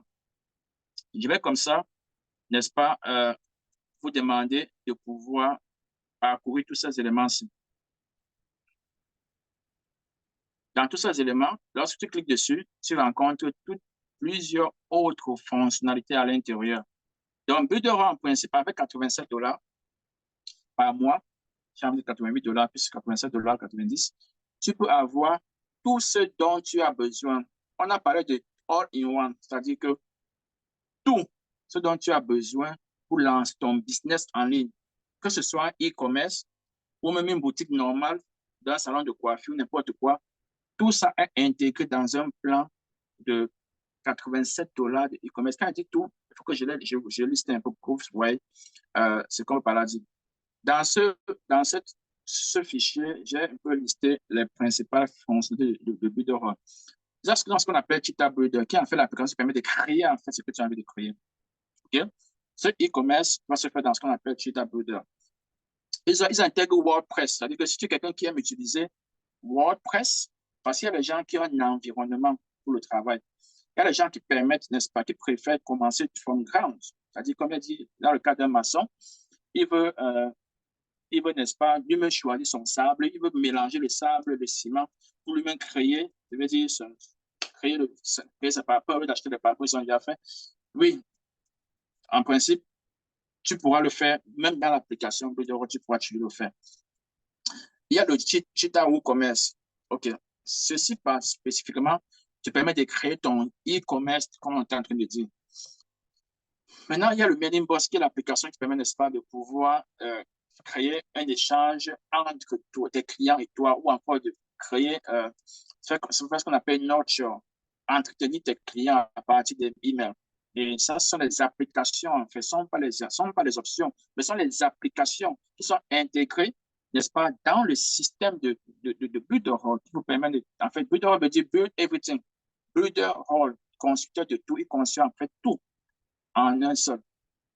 OK? Il y a le email professionnel. Email professionnel veut dire quoi? Parfois, tu peux avoir, n'est-ce pas, un client, tu veux écrire à un client ou à un partenaire et que ton email, c'est josephine@yahoo.com. Ce n'est pas professionnel. L'application te permettra, n'est-ce pas, de pouvoir créer un email qui sera, n'est-ce pas, Josephine@beauty shop, Josie Beauté. Donc, Joséphine a, n'est-ce pas, ou bien Josiane a, n'est-ce pas, une boutique, j'allais dire un salon de coiffure qui s'appelle Josie Beauté. Alors, ton site va s'appeler, par exemple, josiebeauté.com. Tu peux donc créer un email qui s'appelle josiane@josiebeauté.com. Au lieu d'avoir un email qui s'appelle josiane@yahoo, bien josiane@gmail. Même dans certaines choses que tu veux faire en ligne, on demande des emails professionnels. Cette plateforme t'intègre dans un email professionnel que tu as envie de faire. J'ai dit tantôt que tu peux vouloir écrire à tes clients pour dire, voilà, tu as commencé d'acheter la machine et puis tu as laissé, tu es parti. Imagine que tu vas leur écrire. Qu'est-ce que tu vas dire? Tu vas dire infosupport@yahoo.com. Non. Tu vas dire infosupport ou bien support@josiebeauté.com pour que la personne qui dise se sente, oh, wow, c'était l'entreprise qui m'a écrit parce que j'ai oublié de finir mon achat. Donc, il y a au moins presque une quarantaine d'applications. Je n'ai pas dit d'options, mais d'applications. C'est-à-dire que quelque chose que tu, en principe, devrais investir ailleurs ou un abonnement mensuel pour pouvoir t'en servir. Alors, je vais partager ce fichier avec ceux qui sont déjà membres du programme et pourront, n'est-ce pas, lire davantage pour comprendre. Vous allez voir, par exemple, comme j'ai pu dire, ils peuvent te permettre, par exemple, d'intégrer ce qu'on appelait le chat, dans ta boutique, de façon à ce qu'une personne qui vient dans ta boutique, il peut poser une question directement. Tu n'as pas besoin de chercher le numéro de téléphone. Non, dans la boutique, vous avez à voir ces options dans le site. Tu peux, n'est-ce pas, taper, répondre des questions. Si tu as un problème, tu peux causer avec ce qu'on appelle le customer service. Tu peux créer un support pour le support technique. Tu pourrais le faire à partir. Ce sont les options que tu peux intégrer qui ne te permettent pas tu ne perds rien pratiquement pour ça. Bref, c'est un système qui est all-in-one. Et lorsque vous allez, n'est-ce pas, parcourir cela par vous-même, vous allez pouvoir savoir pourquoi est-ce qu'on dit que le all-in-one. Et quand vous cliquez ici, ça, c'est le quiz builder. Les quiz vont vous permettre, c'est une outils marketing. 80% de ces outils sont en fait des outils qui permettent de faire du marketing. Ils s'intègrent ce qu'on appelait e-learning. E-learning, c'est la plateforme qui te permet de créer un cours. Tu peux être en train de vendre un produit de beauté. Maintenant, tu es en train de faire un cours sur comment utiliser ce produit de beauté pour se faire belle, ou bien comment fabriquer du savon, par exemple. Tu as d'abord une boutique qui vend du savon. Maintenant, tu veux faire un cours pour montrer aux gens comment on vend le savon. La même plateforme te permet de créer ce cours, ça peut tu n'as à payer rien du tout chaque fin du mois. Donc, pour te dire à quel point est-ce que c'est plein. Un cours, un entretien comme celui-ci, que tu vends un article, que tu as envie de faire, et que tu as l'audience, tu as envie de pouvoir faire des meetings comme celui-ci. Il y a une application qui te permettra de faire ce meeting-là sans que tu n'aies à payer des applications comme Zoom, comme ce qu'on utilise, ou toute autre application qui permet de faire des réunions virtuelles. Ou encore même que tu as envie que ce que tu es en train de faire passe sur Facebook ou bien sur YouTube en live, en streaming. Ce plan te permettra de l'avoir. OK? Bref, tout ce dont tu peux penser pour pouvoir optimiser ce que tu es en train de faire sera intégré dans cette plateforme. OK? Alors, il te faudra seulement de savoir comment est-ce qu'on peut faire. Et comme j'ai eu à dire, tous ceux qui sont membres de ce programme pourront bénéficier de mon parasol, j'ai envie de dire comme ça, pour pouvoir avoir accès à toute cette panoplie de solutions. OK? Moi, je me charge de payer ça pour vous pendant 1 an pour que vous puissiez vous en servir et lancer votre business. Et pendant le training, vous verrez comment est-ce que on utilise ces éléments, j'ai envie de dire, pour le marketing de votre business. Tu peux même, n'est-ce pas, créer, ça permet de créer même des images. Tu peux créer ce qu'on appelle vidéo creation. Tu peux créer une vidéo. Tu peux, n'est-ce pas, programmer même le post parce que le social media marketing, c'est un élément qui est incontournable aujourd'hui. Tu as un post que tu as fait, tu veux que ça passe sur Facebook. À partir de ta même plateforme, tu pourras programmer que ce que tu as créé là, une image, n'importe quoi que tu as fait, que tu aimes partager ton audience. À partir de là, tu pourras partager, programmer que ça puisse aller se poster sur ta page Facebook, toujours à partir de la même plateforme. Bref, on prendra 3 heures pour pouvoir expliquer l'avantage qu'il y a pour être sur une plateforme qui est all-in-one aujourd'hui. Alors, une fois que j'ai fini cela, je ne pense pas qu'il y a autre chose que je vais rajouter, à moins, n'est-ce pas, que vous ayez des questions. Je tenais vraiment à partager un peu avec vous ces différentes plateformes de e-commerce, les avantages, les inconvénients qu'on peut retrouver sur une ou sur l'autre. Je vais m'arrêter ici et prendre quelques questions avant qu'on se sépare. Y a-t-il une question que quelqu'un a dans la tête?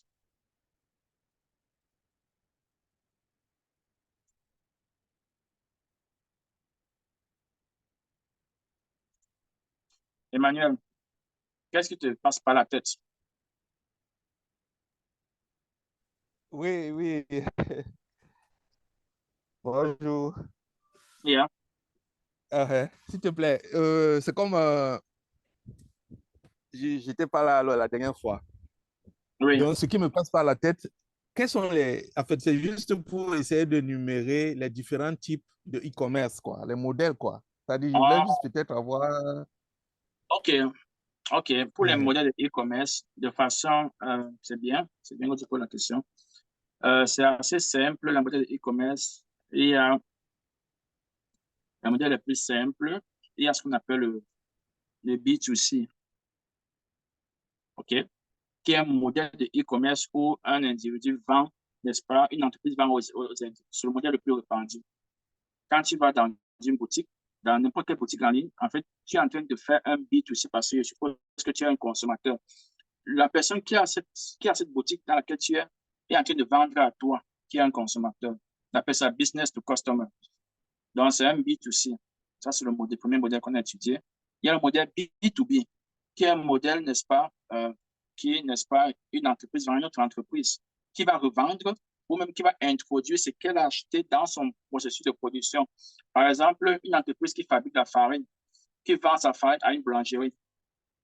Ça, c'est le B2B. Parce que la boulangerie qui achète la farine, ce n'est pas pour consommer. C'est pour fabriquer des gâteaux, non? Fabriquer des pains. Donc, ça, c'est le B2B. On a eu à voir les avantages, les inconvénients de chaque deux systèmes. Déjà, je te dis quels sont les différents types de e-commerce. Ça, c'est en ligne. En ligne, il y a des gens qui sont, par exemple, vous ferez du B2B parce que vous allez aller en ligne, si vous allez acheter en ligne, vous allez aller acheter des produits, vous allez revendre en ligne. Ça veut dire que vous allez en ligne acheter, la personne qui vous vend l'article en ligne est en train de faire le B2B avec vous parce que vous prenez ça pour revendre, vous ne prenez pas ça pour consommer. Donc, le B2B, c'est ça. En fait, je vais partager le lien du cours tout à l'heure à la fin de celui-ci pour que tu puisses rentrer plus en profondeur. Ça, on a pu avoir, n'est-ce pas, les modes de vente par abonnement. OK? L'abonnement, c'est quoi? L'abonnement, c'est par exemple, au Cameroun, tu as par exemple, Canal+. Je crois que c'est un abonnement qu'on fait. Chaque fin du mois, tu payes. N'est-ce pas? Parfois, c'est un payé en ligne. Ou encore, même de façon physique, il y a les entreprises qui font des abonnements pour leurs matières premières. Ils n'ont pas besoin que ça finisse, parce que si ça finit, ils auront des problèmes. Ils payent l'abonnement. Chaque fin du mois, ils payent. Dès que ça finit, seulement on envoie l'autre. Dès que ça finit, on envoie l'autre. Ils payent un abonnement. Par exemple, Netflix, quand tu vas regarder sur Netflix, tu payes un abonnement. Même, par exemple, quelqu'un qui a une photocopieuse peut payer un abonnement pour ceux qui vendent, pour les rames de papier, pour qu'il ait la primauté sur la vente de ces rames de papier. À chaque fois que l'arrivage vient, on sait qu'on doit envoyer ces 5 cartons chaque fois qu'il y a arrivage. Donc, ça, c'est la vente par abonnement. On a eu à voir les avantages, les inconvénients. On a eu à voir également le dropshipping, qui est un mode de vente toujours, e-commerce, où, n'est-ce pas, l'acheteur, ou du moins moi qui suis en train de vendre, je n'ai pas besoin d'avoir un stock, un inventaire de stock pour pouvoir vendre ce que je veux. J'ai seulement besoin de savoir où est-ce que les clients se trouvent. Je cherche aussi à savoir où est-ce que les acheteurs se trouvent, les vendeurs se trouvent. Je vais chez les vendeurs prendre leur image virtuelle que je mets dans ma boutique. Lorsque l'acheteur achète, je transfère sa commande chez le vendeur. Le vendeur livre chez l'acheteur directement. L'acheteur ne sait même pas que c'est ce vendeur-là qui est en train de vendre. C'est que c'est moi qui lui vends. Ça, c'est un modèle de e-commerce également. Et beaucoup d'entre nous, ici, je vais vous montrer comment est-ce que vous pouvez faire cela, le e-commerce. Donc, voilà un peu les différents types de modèles qu'on a partagés. Je pense que c'est tout un autre modèle. Je ne suis pas sûr. Et on est vraiment entré en détail. On a passé tout le cours passé à ne parler que de ça. OK? Juste pour vous montrer, on a passé tout le temps qu'on a dépassé. Maintenant, on a parlé que de ça la dernière fois pour voir les avantages, les inconvénients, les fonctionnalités, les options de chaque modèle. Donc, c'était ça, en fait. Et par rapport à aujourd'hui, je pense que ça devrait être clair que vous devez prendre le temps pour prendre tous les supports pour que j'ai partagé là, pour pouvoir mieux comprendre encore ce qu'on vient de dire. Est-ce qu'il y a quelqu'un d'autre question? Oui, merci, j'ai bien compris, merci beaucoup. OK. S'il te plaît, je voulais comprendre encore autre chose. Oui. Lorsqu'on parle de build your role, c'est-à-dire c'est vraiment, je peux dire l'application par excellence, j'ai compris. Mais il n'est pas très connu, c'est ce que j'ai remarqué. Chez nous ici, en Afrique, on a beaucoup plus WordPress qui est beaucoup connu. Justement. Maintenant, comme Build Your Role elle a l'air d'être la plus performante, je voulais savoir si elle aussi, elle a un SMS, un CMS, ou alors c'est déjà une application qui vient avec tout le processus. Build Your Role peut être qualifié. Tu dis CMR ou bien SMS? CMS, donc un contenant, ça dit quoi? Management System. Voilà. Content Management System. Voilà. Bien sûr, bien sûr, bien sûr. OK. Tout ça, Donc, ça tout veut dire, ça, tout ça est intégré. donc, ça veut dire qu'on le monte exactement comme WordPress. Yeah. Donc, tout OK. ce dont tu as besoin, tu vas le trouver dans Builderall. C'est pour ça que moi, j'ai décidé de m'en servir pour leverage. Ça veut dire que aider des gens, parfois, qui savent qu'il n'y a pas autre solution. Tu comprends un peu? Tout à Beaucoup fait. de personnes dans le e-commerce, créer un e-commerce va te demander parfois 500, 1 million de francs CFA pour créer une boutique de Tout à e-commerce. fait. Mhm. Parce que les gens qui vont travaillent sur WordPress. Parce que WooCommerce est associé sur WordPress. C'est assis sur WordPress. Donc, Tout à fait. il faut avoir la capacité de pouvoir travailler comme de travailler avec, pouvoir gérer WordPress pour pouvoir créer cela. Alors, le temps par heure, on va te facturer, va te faire monter à 500 000, 1 million, 2 millions, 3 millions pour pouvoir créer OK. en fonction bien sûr du nombre d'articles que tu as. Ouais. Ça va te coûter beaucoup d'argent. Tu vas seulement commencer à faire passer par les coups de fil que je vends tel article. C'est-à-dire que le e-commerce, ce n'est pas seulement pour les boutiques en ligne, c'est surtout même pour les gens qui ont des boutiques physiques. Parce D'accord. qu'une fois que tu as une boutique physique, imagine tu as la Brocane ou tu as trouvé une boutique de, j'ai envie de dire, de prêt-à-porter, par exemple. Mais si tu vends, tu multiplies ton chiffre d'affaires par deux si tu avais également un système de vendre ces articles en ligne.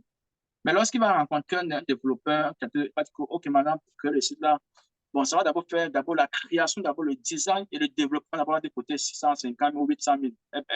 Elle fuit d'abord. Maintenant, on va dire, en fonction d'articles qu'on va mettre, je vais vous facturer, c'est pas 1500 ou 300. La personne peut avoir 200 articles. Tu vois, il faut multiplier maintenant encore 500 ou 1000 francs fois 500. Voilà encore 500 000. Chacun peut avoir 500 différents articles si tu vends les Wow. habits ou 200 différents articles. Donc, voilà comment la personne va se décourager, en fait, et commencer à vendre sur place. Ah oui. Imagine un peu que la personne avec une solution, ou que toi, tu lui apportes une solution où tu vas faire tout ce qu'on lui fait à 500, ou on lui fait à 800 000 pour développer d'abord, pour designer et développer. Ça te revient à moins de 100 000, tu peux le faire avec toi-même. Wow. Parce que tu as appris ce système, ce training, tu pourras même le faire par toi-même pour cette entreprise-là. Maintenant, tu peux dire, OK, voilà, tes articles, je vais les facturer à tel montant, 500 francs ou 200 francs seulement, pour pouvoir, parce que même intégrer l'article dans d'autres plateformes est plus compliqué. On se comprend, non? Tout à fait. Est plus compliqué parce qu'il faut être expert. Et puis, même seulement la personne qui va maintenir. Parce que la personne va payer le coût de maintenance. À la fin, tu vas dire, madame, regarde, ta boutique, ce que tu vois là, voilà comment tu peux faire pour augmenter prochainement. Ou encore, je te montre même comment tu vas entrer toi-même. Donc, c'est tellement facile que tu peux lui montrer que pour augmenter un article, ce n'est pas difficile. Je vais le faire seulement parce que ça va me prendre le temps pour le faire. Mais en termes de complexité, ce n'est pas compliqué. Voici comment vous entrez. Cliquez ici, là, mettez le nom de l'article, mettez la description ici. Voici où vous ajoutez les photos. Et c'est fini, vous validez ici. Et puis vous le faites. Elle va comprendre qu'elle peut le faire elle-même, c'est là le temps. Ou encore, elle peut te payer. Mais ce n'est pas comme si elle, tu lui as fait savoir que tu es la seule solution et qu'il faut qu'elle paye 1500 par article pour pouvoir aligner chaque article dans sa boutique. Donc, c'est là où mon père disait souvent, on vous envoie dehors de voir ce qui est là et ramener chez vous. Très peu de personnes vont faire ce que je fais en Afrique, ce n'est pas au Tout Cameroun. à fait. D'apporter une solution qui soit plus facile et accessible aux jeunes parfois qui sont bloqués parce qu'il manque d'issue. Tout à fait. Et c'est OK. ça, beaucoup de choses que je fais, c'est dans ce sens-là. Très peu de personnes. C'est là, quand on va lancer ce business et que les trois premières vagues, c'est maintenant, d'autres personnes vont se demander, mais comment est-ce que tu fais? Ça t'a coûté combien pour faire ta boutique? Tu as payé combien pour pouvoir créer? Tu vas que tu as fait ça, mais tu as fait ça comment? Tu comprends un peu? Je peux le faire toi-même. Paie-moi 100 000 seulement ou 300 000 seulement, je te fais ta boutique de e-commerce. Et j'intègre ce que tu aurais payé 1 million, on n'aurait pas intégré. Parce que même si un développeur te prend 500 000, en fonction de ce que tu veux qu'il intègre, le coût va même augmenter. Le coût Ah augmente oui. pourquoi? Parce que c'est un coût mensuel que tu dois supporter. Ces plugins externes que tu augmentent également le coût mensuel parce qu'ils appartiennent à d'autres plateformes et parfois, tu dois payer aussi mensuellement pour continuer à les avoir dans ton site. On se comprend un peu. Autant, Tout à fait. but de rôle, qu'importe l'application que tu vas avoir ou même l'outil marketing que tu vas intégrer, tu ne paieras pas quelque chose en plus. Parce qu'ils sont arrangés à créer cette application-là dans leur écosystème, en fait. Je suis allé jusqu'à dire que si tu as une boutique, tu aimerais, n'est-ce pas, de temps en temps, faire des vidéos pour poster. Ces vidéos, tu peux les faire, tu les postes à partir de bon dans ton site, dans ta page Facebook, ou encore tu as envie de montrer aux gens comment est-ce qu'on se tresse seul, parce que tu vends, n'est-ce pas, les produits de beauté. Tu fais un petit cours pour montrer comment est-ce que les gens peuvent utiliser même tes produits de beauté. Vidéo te donne la plateforme pour créer ce webinaire-là, en fait, cet enregistrement que tu as envie de faire et que tu partages avec tes clients à partir d'un lien pour leur dire comment est-ce qu'on utilise ta plateforme. Et tu peux maintenant payer ça. Comment faire ceci? Ça peut être quelque chose que les gens vont payer, mettre leur nom. Quand ils payent, le coût leur revient. Ils parviennent à avoir accès à ça. Donc, c'est autant de choses que tu peux avoir et que les participants à ce programme vont bénéficier. Ça passe quelqu'un a d'autres questions? Merci beaucoup. OK, si on n'a plus d'autres questions, ceci c'est mentionné dans notre entretien sur notre e-commerce training qui consiste en général sur maîtriser et lancer son e-commerce sans capital initial. Then, on va se reprendre la prochaine fois, qui sera lundi. Wow. Qui sera lundi, si peut à Dieu. Merci beaucoup et prenez soin de vous.